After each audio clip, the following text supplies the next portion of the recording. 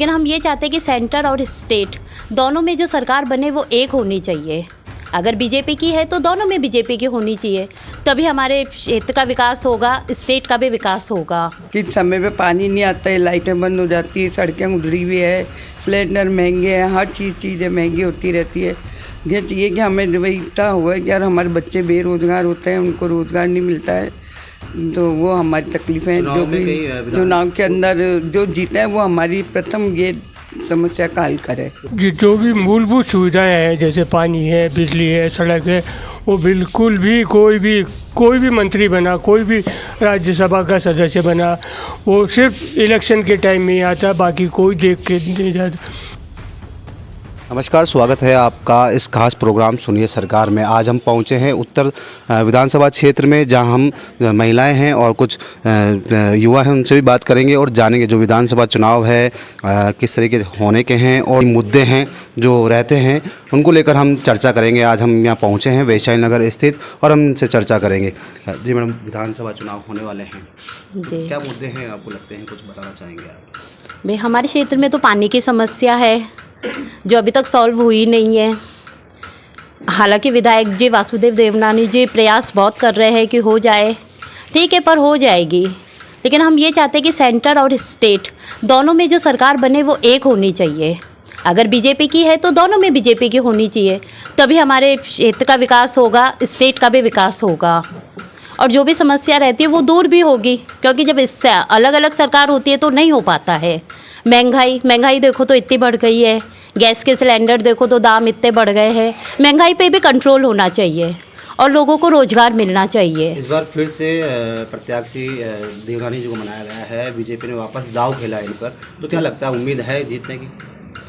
है उम्मीद, जीत भी जाएंगे, लेकिन ठीक है, अगर परिवर्तन होता तो कोई नया चेहरा आता तो वो ज़्यादा काम करते। ठीक है, हम देवनानी जी से यही कहते हैं कि वो जीतेंगे और वो भी भरपूर काम करेंगे ना। आज जो राजनीति आती है वो कुछ काम करती है, कोई नहीं करती है तो हमें बहुत नुकसान रहता है। किस समय पे पानी नहीं आता है, लाइटें बंद हो जाती है, सड़कें उधड़ी हुई है, सिलेंडर महंगे हैं, हर चीज़ें महंगी होती रहती है। ये चाहिए कि हमें इतना हुआ है कि यार हमारे बच्चे बेरोज़गार होते हैं, उनको रोज़गार नहीं मिलता है, तो वो हमारी तकलीफ़ें जो भी चुनाव के अंदर जो जीते हैं वो हमारी प्रथम ये समस्या का हल करे। उत्तर क्षेत्र में माना जा रहा है कि जैसे बदलाव होना चाहिए और जैसे अभी देवनानी जी को वापस प्रत्याशी बनाया गया है और कई लोगों का ये कहना था कि युवा को टिकट देना चाहिए था, तो आपको क्या लगता है युवा कुछ करते हैं? अगर नया युवा आना चाहिए और महिलाएं भी आनी चाहिए इलेक्शन में, जिससे क्या हमारी समस्या महिला से महिला ही समझ सकती है, जिससे क्या हमारा काम आसान हो जाए।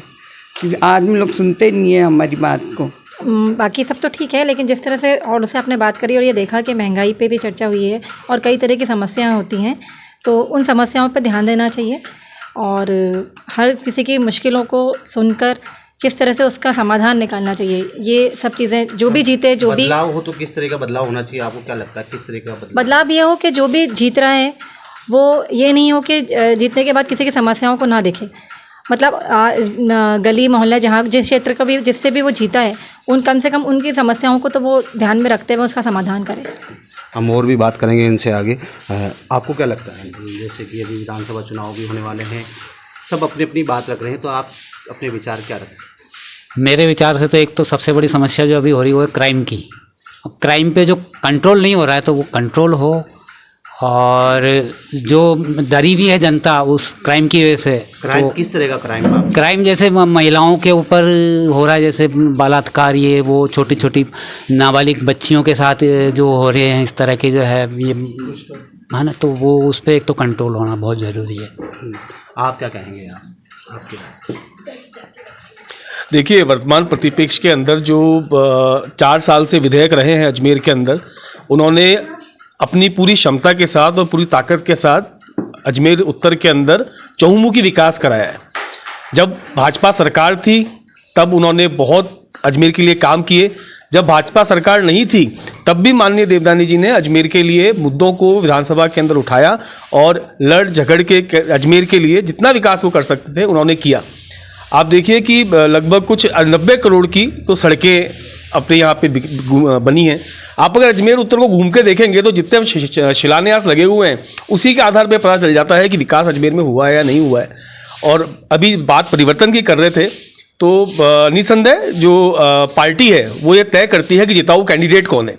आज देवनानी जी के ऊपर 4 बार पार्टी ने भरोसा किया और जनता ने उनको इतना स्नेह दिया और उनको जिताया। आज 5वीं बार भी पार्टी को उन पर भरोसा है। ऐसा नहीं है कि बाकी लोग जो हैं वो सक्षम नहीं थे, लेकिन मजबूत सबसे मजबूत देवनानी जी निकले और पुनः जो जनता है पूरे विश्वास के साथ उनको 5वीं बारी भी लेकर आएगी। कांग्रेस ने इस बार अभी तक अपनी लिस्ट जारी नहीं की है उत्तर और दक्षिण की, उसको लेकर आपका क्या कहना? कहीं ना कुछ या चल रहा है ऐसा कुछ पेच फंसा है कि लिस्ट जारी नहीं करी कांग्रेस ने?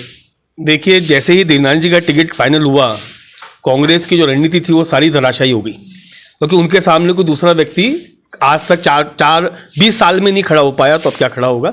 और मुझे ऐसा लगता है कि कांग्रेस सरकार जो है वो घबरा चुकी है, सारी रणनीतियां उसको बदलनी पड़ेगी। अब वो किस चेहरे को उतारे, आप देखिए पिछले 5 साल के अंदर तो वो पार्टी गहलोत साहब और पायलट आपस में लड़ भिड़ के सरकार को बचाने में ही लगे रहे, तो उनके पास कोई वैसे मजबूत चेहरा है भी नहीं।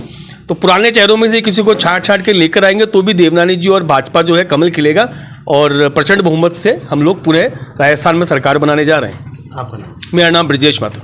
आप क्या कहना चाहेंगे इसके मुद्दों को लेकर? मैं तो ये कहना चाहूँगा सब देवनानी जीते। कुछ समस्याओं को और ये समस्या तो यही है साहब कि सड़कें, नल, पानी वगैरह आता नहीं है। नाम बताएं। मेरा आनंद माथुर। देखिए, जैसे कि हमने बात करी और हमारे साथ ये कुछ और हैं लोग, उनसे भी हम बात करेंगे। मेरा नाम आनंदी नारायण है, मैं पंचशील बी ब्लॉक अजमेर में रहता हूँ। यहाँ जो भी मूलभूत सुविधाएं हैं जैसे पानी है, बिजली है, सड़क है, वो बिल्कुल भी कोई भी मंत्री बना, कोई भी राज्यसभा का सदस्य बना, वो सिर्फ इलेक्शन के टाइम में ही आता, बाकी कोई देख के नहीं जाता। बदलाव होने की उम्मीद है, क्यों कि राजस्थान में हर 5 वर्ष बाद चेंज आता रहता है। होना चाहिए, बदलाव होगा तो भी कार्य होगा। ठीक है, गहलोत ने कार्य भी किए, मैं राज्य कर्मचारी से सेवानिवृत्त कार्य किए, पर जो मूलभूत सुविधाएं हैं वो नहीं मिली। तो बदलाव होना चाहिए, होगा तो थोड़े बहुत अगले जो भी सरकार आएगी वो काम करेगी। थोड़े टाइम काम करती है, वापस वो हाल हो जाता है। आप क्या कहना चाहेंगे? चुनाव के मद्देनज़र ये है मेरा कि कोई भी पार्टी कोई भी आए, कार्य पूर्ण रूप से करना चाहिए और उनको अपने कैंडिडेट्स को क्षेत्र के अंदर जा के कार्य करवाने चाहिए, जैसे कि देवनानी जी करवाते हैं या कोई भी आए करवाए। कार्य करने से ही उनकी पॉपुलैरिटी बनेगी, नहीं तो नहीं बन पाएगी। तो क्या कार्य ज़रूरी है, उसी से उनको पता लगेगा कि किस टाइप का किस क्षेत्र में क्या समस्या है, उसके बाद ही वो समस्या को समाधान हो पाएगा, नहीं तो कमरे में बैठ के समस्या का समाधान नहीं हो पाएगा। जैसे कि हमने इनसे बात करी और जो मुद्दे हैं उनको लेकर चर्चा की, और जो कांग्रेस की लिस्ट अभी तक नहीं आई है उसे लेकर भी हमने इनसे चर्चा करी। अजमेर से नवभारत टाइम्स ऑनलाइन के लिए दिनेश गहलोत की रिपोर्ट।